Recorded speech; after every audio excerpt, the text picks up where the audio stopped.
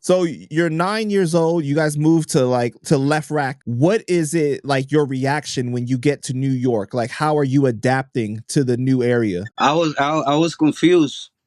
Like the first week I went to school, I was crying and shit. Like I want to go back to my country and shit.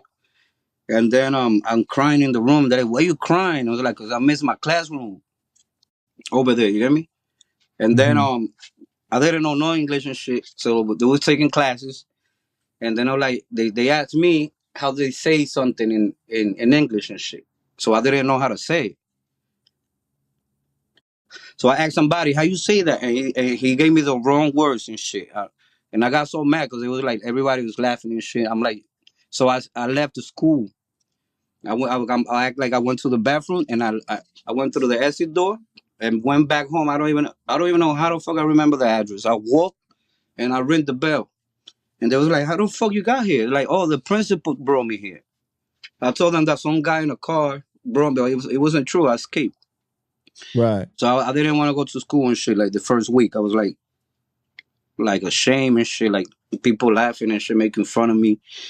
Because I was, like a Dominican kid that didn't know nothing in English. I was like, why the fuck they got me in an English class? I don't know no fucking English. I think they should have like somebody working with kids like that. Like, okay, I'll help you the first month and then but they had me there like, So there was no ESL at the time? There was no ESL at the time?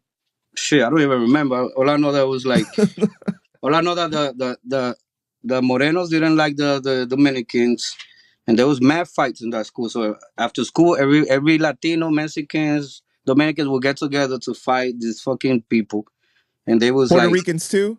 yeah, like everybody, like, oh, you Latino, Mhm. come with us, like different cliques, and we would fucking give it to them. The niggas All was right. Well, bad. before we get into that, though, right? Before we get into that, like, I want to highlight also you coming from the DR. The lifestyle is a lot more relaxed, right, compared to being in the busy city. That's how the yeah, yeah, it was more relaxed. But those days, there was a lot of crazy kids. Like I can't. My man Morenito and my man Mage. They rest in peace, Morenito. He used to do music too, and he fought with Mado back then with Big Mado, the one who fought with SPK. So I went Mm-hmm. to junior high school with Mado, Morenito, and all these niggas. But me and Morenito just got from DR, so we didn't know no English. Mado knew English because he was already out here and shit. So then we started chilling, with Dominicans, Puerto Rican. We all get together after school. So some of them will rap and shit, like Morenito, Mage, me. We had a few niggas that rap, but we didn't like, we never thought we was gonna make it like that far and shit. I Right. just did music for the love of it. I didn't care if I made money or not. I was gonna do it no matter what. Like I don't care if they don't like me, I'ma still rap. Even if they don't hear me, I'ma still rap and make them hear it. Because if they never heard it, they're gonna hear it.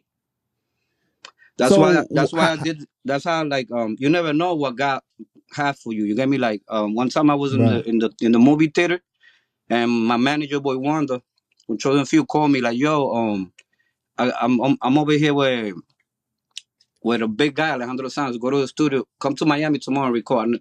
I never expect that shit. Then he called me to do the BET cipher with Varo, and I was there with Mr. Bentley, DJ Premier, and I was like, nigga, Oh, wait. You skipping ahead. You skipping ahead before we get into all that. But how did your family decide to go with Queens of all places? Like, why did you guys settle on cause moving my to mom, Queens? my mom lived in Queens and shit when she came over here. But why she pick Queens? I don't know, Corona. That's where she used to Mm. work and shit, like in a restaurant with some lady, whatever, I guess. And then she lived in Queens. And then my stepfather was some Puerto Rican dude that passed away. He was a veteran and shit. He went to the Navy. So that nigga was like the one that helped my mom and shit, with the apartment and bringing me here to pay the lawyers.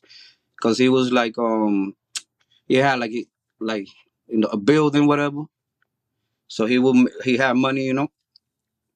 So we didn't have to worry Did you about. have a good relationship with him? Yeah, yeah. So that was my father basically. So that's why I Mm-hmm. got the Puerto Ricans like, "Es lo que cabrón," like I could talk Puerto Rican, like, cause my father's not the one that bring you. He's the one that help you grow up. You know.